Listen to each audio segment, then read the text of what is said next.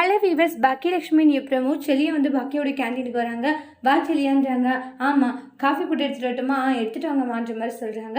அப்புறமா காஃபி போட்டு எடுத்துகிட்டு வராங்க. அதை குடிச்சிட்டு இருப்பாங்க. அப்புறம் 2 கஸ்டமர் வந்து இது மாதிரி ஃபுட்டு வேணுன்ற மாதிரி சொல்லுவாங்க. அவங்களுமே வந்து பாக்கியா வந்து எடுத்துகிட்டு வரதுக்காக போயிடுவாங்க. அப்போ வந்து எவ்வளோ கடை இருக்குது, ஏன்டா இந்த கடைக்கே வரணும்னு நீ சொல்லிட்டு இருக்கணுவாங்க.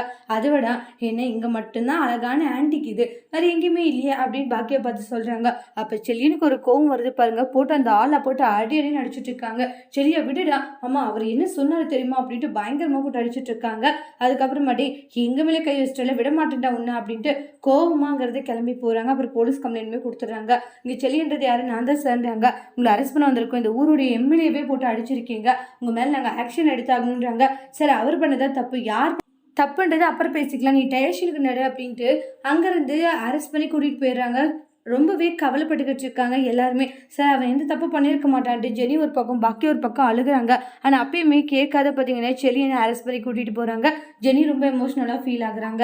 அதோட இந்த ப்ரோமோவை முடிச்சிருக்காங்க. இனி வரக்கூடிய எபிசோடில் என்ன மாதிரி ஒரு ட்விஸ்ட் வரப்போகுதுன்னு வெயிட் பண்ணி பார்க்கலாம். தேங்க்யூ.